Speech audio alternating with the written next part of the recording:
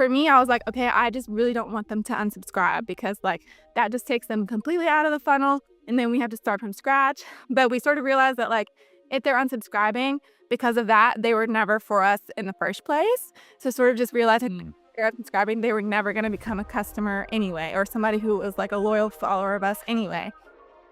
Welcome to Keep It Local, a podcast of the Local Media Association. The Local Media Association is intensely focused on helping local media companies discover new and sustainable business models. We are joined today, delighted to be joined by Bethany Lane, a revenue strategist at QCity Metro in one of my favorite cities in America, Charlotte, North Carolina. Bethany was named an Innovator of the Year by the Local Media Association for her impressive ability to connect with audience, especially for her digital-only publication. Welcome to the show, Bethany. Thank you, Ryan. I'm excited to be here. Well, this first question, it's a super tough one. I like to start with the hard questions. Bethany, tell us about yourself and tell us about QCity Metro. Sure. So, I have been in the advertising realm for about like 8 years now. I actually worked at the student newspaper at UNC Chapel Hill as an account executive on the ad staff. And then from there, I graduated right in the middle of COVID in 2020. And luckily, QCity Metro was hiring, which was surprising. But I came aboard as their first full time revenue focused person. So I got to really just build it from scratch as far as like how we do advertising sales, how we do our reader revenue and stuff like that. So I've been here just around five years now. I love every single moment of it. Every day is different. And I just really enjoy getting to do something that I feel like matters for our community. So Fantastic. I'm a big fan of student publications. University of North Carolina, good journalism school. Did you grow up in North Carolina? yeah, I'm actually from Durham. So it was always my dream to go to Chapel Hill. And luckily that came true. So I love the J school there. So Fantastic. Well, I'm going to get right into the questions as it pertains to our local media association audience. And your growth story is very impressive at QCity Metro. That's why you were an Innovator of the Year this year. And especially as it pertains to donor revenue. And of course, sustainability is at the heart of what Local Media Association does. Can you walk us through your donor revenue journey at QCity Metro? And is there one campaign or experiment that you would say was your most successful? What went into it? And what could you say about the results? yeah. So when I started in 2020, I think we had maybe 100 or so active donors. And to be honest, we didn't really prioritize the program or our current donors at all until maybe like 2022 ish. We started really getting into like, okay, how can we build this program up? And so from there was a really big learning curve. Obviously, most of my time had been spent focusing on like advertising sales, on like, give me money, I'll give you an ad, versus this, we're just asking for straight money. So I think me and my team really had to like overcome that hurdle of like the awkward feeling of saying like, "Hey, can you give us money? Like help support us." So I think that was like the first year or so, just like figuring out how to ask, when to ask, and like finding the balance between like being annoying and also saying like, "We need y'all's help or in order to stay here." Like we know obviously by our numbers and our readership base that they enjoy the content we make, but we sort of also realized that a lot of people who are our readers didn't realize that local journalism needed funding. They just thought it was like cheap, easy. I don't know. They just didn't realize that there was funding that we needed. So I think that was a hurdle for us. But I think our very last campaign that we did was this past November through January, and it sort of celebrated our 16th anniversary of QCity Metro. So we sort of went into it with a really big idea of doing a video campaign. So we started off with like 10 videos and we interviewed like past QCity Metro employees and as well as like people donors who read our news every day. And we just started asking like, what do you guys love about QCity Metro? What makes you give every month? And me and my team also did some like fun videos of like, asking people like, why aren't you donating yet? Like, did you forget? Did your credit card get lost? Like, why aren't you donating? And just sort of like being very obvious and upfront about our ask. And so that was a really fun series. We just spent 2 days in the studio doing the videos, writing out the scripts, everything like that. Then we had a video editor who did an amazing job making them look pretty. Mhm. Then we scheduled them out over about 8-week campaign. And then at the end, we also had a birthday party and only people who donated were invited. So it was just super fun and we got a lot of engagement from that and it ended up pretty well. We got over $10,000 in donations throughout that period. Wow. That's an entire marketing activation to go from concept to an event at the end there, and one of the things that I loved about what you talked about, and it's a challenge that every newsroom has, is the ask, the quid pro quo, money for placement inside a publication, but it's also selling newsrooms or excuse me, selling advertisers on the notion that local journalism needs funding, which I think was, fascinating, and you experienced that firsthand. Yeah. And another thing that spoke to me about what you said is how your approach really is tied to human connection, and I think, credit to Gen Z, human connection and authenticity is very much a part of your social strategies. Humor, honesty, even those personal video appeals. But let me ask you, how do you decide when to take a bolder, unconventional approach as opposed to playing it safe? Mm. I think in the first, like, 2 years or so of starting this out, we were definitely playing it safe all the time. We wanted to come across, like, very clean, very well spoken, and very much like, "Hey, if you like our work, donate." But then we sort of realized, like, especially during this campaign of us, like, these people are just, like, not realizing how, like, urgently we need their money and support. And so that's when me and Glenn was our boss and founder, sort of came up with the idea of like, let's just ask them and be straightforward. And one of the campaigns that we sent in that birthday campaign just sort of said like, "Hey, we can't do this without y'all. Like, if you want this, you have to help us." And that one was like our most converting e-blast of the whole series. So I think now I sort of have the approach of like, I'm always just going to be blunt and honest because I don't really have time or extra resources to like play it safe anymore. We really need help. We really need that support. So, like, I think we've sort of decided as a team, we're gonna stick to honesty and humor and bluntness. So, I like that, and I think that appeals to, people on the internet who really value their time. They're like, "I'll give you a minute, but you gotta bring it every time." Yeah, many local publishers struggle to convert audience engagement into financial support. We've talked about so far the quid pro quo, the making the ask. But what would you say has been the single biggest mindset or tactical shift? You talked about just now the notion that, hey, we're going to make that switch to actually asking, making the ask every time. Are there other tactical shifts you made that have helped QCity Metro grow donor revenue so dramatically? Yeah, I think, a big thing that we decided on was and this was really hard for me personally to move past. I was always the one saying, like, "I don't think we should do this."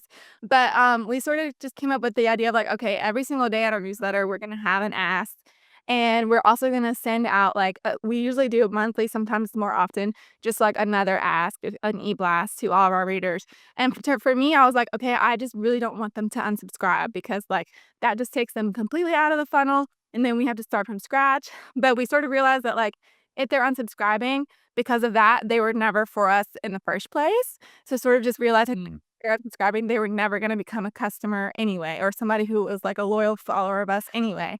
So we're not really losing much, we're sort of just losing, something we didn't need. So that was a really big mind shift change for me, I think, because I was just like, "I just want the biggest number of newsletter subscribers ever, and then I can sell it to all the advertisers in the world." But then sort of realizing, like, what we have that's unique to us is the loyal audience that really cares and trusts our news, and that's the one that we wanna appeal to every time, and they're never gonna be the ones who unsubscribe because we're asking for money, so You speak there, I believe, to the fear of the unsubscribed, the fear of churn, and really digging into who is not only your core audience, but who is the right audience. mm. Your work there at Q City Metro is rooted in supporting Black media, local Black media.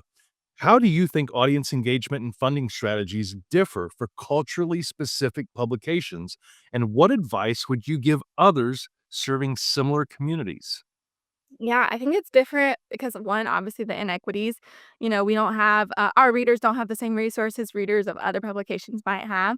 So like we have to understand that. And even in some of our campaigns, we've said like we know this is a hard economic time, but if you have change to spare, we'll take $5 a month, whatever. So I think being very acknowledging the economic times that we're in has been helpful and like shows our readers that we're authentic and understand what they're going through.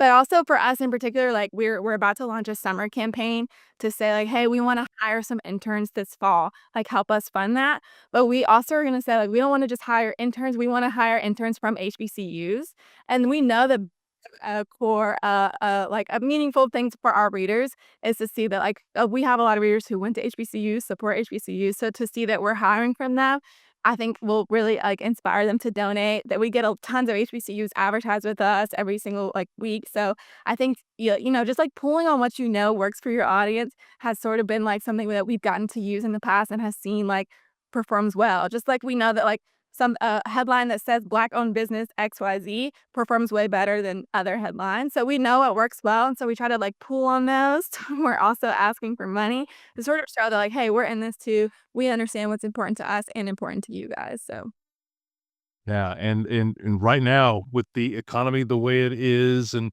with the, anti-DEI backlash, I think that that sense of saying, "Hey, we're in this with you," is a sense of, cooperation, camaraderie with your community. yeah, definitely we want them to know like we're not backing down because of all of this stuff. Like we're not just gonna turn around and become something new. We're still gonna be who we are. So That's fantastic, and you've got a couple of HBCUs right in your backyard, I believe. NC Central, NC AT&T, or, I'm sorry, AT&T. uh, Yes, fantastic. I think I butchered the name there just a little bit, but that's okay. We're doing this live. yeah. Okay, this next question, this our final question, but we're going to go into depth a little bit. It's one of my favorite questions because we get to talk a little bit of tech. Looking ahead, what's the next frontier for audience and revenue innovation at QCity Metro?